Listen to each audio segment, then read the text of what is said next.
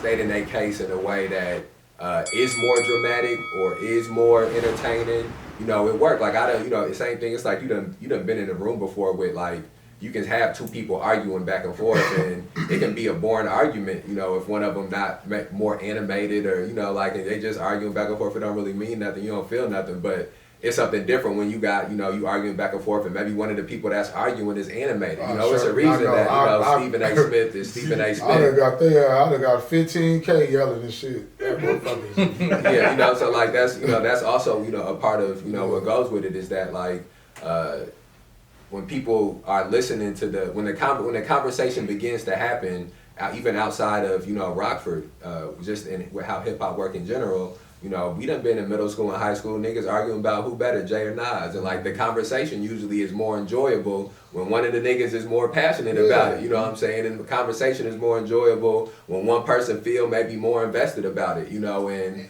go ahead. It shouldn't be nothing wrong with passion, being passionate about music. You know, and people always confuse passion with anger or passion with frustration or something like that. So when a person is animated about their craft, it's like, oh man, you doing too much, or you being negative and what the best. No, I just like, I come from that era. Right. You know what I'm saying? I come from that era where niggas got on Hot 97 and all that shit and talk shit. Right. You know, like literally, I just was listening to some shit. I was just listening to Noriega and Nas going back and forth in like the early 2000s. They friends, you know, but Nori like, Nas, I'll knock your pretty ass out. Right. Like, you know, but did nobody get shot? Did nobody get killed? It was like, it just was like, it's entertainment. It's entertainment. Right. You know what I'm saying? And it seemed like soon as it get fun here in Rockford, here come the crybaby. Oh, y'all hating on him or hating on her.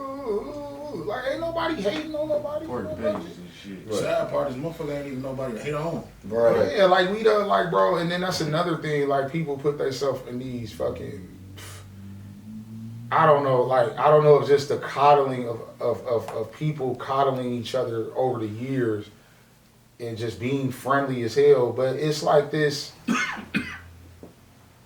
not necessarily you can't beat them, join them, but like, leave him alone. Leave him alone. He's hot.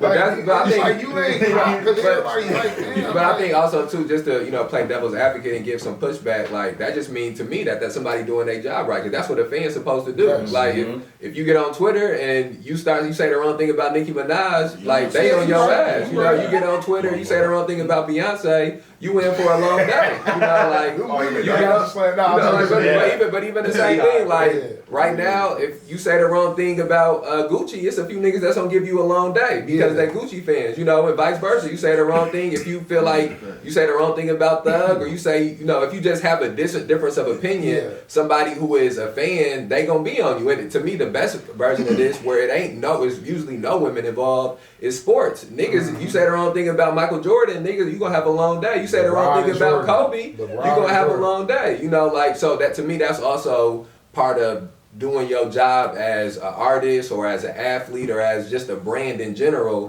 where people gonna fight for your brand. You know, they feel invested in that. But like in the sense of this though, it's kind of not right to me though.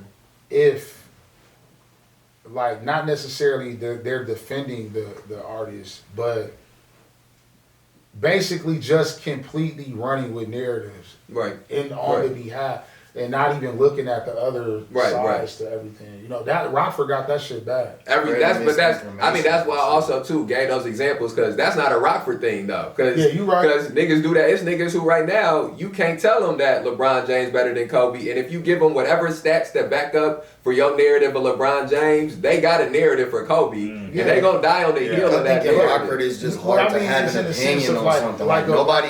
For example, everybody uses your opinion as like as if it was facts. Like I could say your music trash.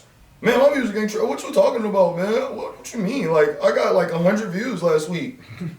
That shit trash, bro. See, a lot of people now here can't take criticism. Exactly. That's where if I tell you you ass, then you ready to fight, and then it's like, why, bro? You know, we run into situations like this. It's not for me. It's not even the you know, the music hot or not. It's more so of like, okay, a person, just a bandwagoning. Like, I do not like being called a fucking bully for making hot music, bro.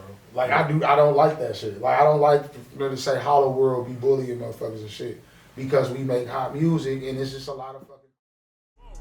Niggas gon' sell they soul for them Andrew Jacksons. Translate the culture for them crackers, that's a sick transaction. From when they with you with them white folks, they gon' kick your back. And when the captain asks what happened, they get reenacted.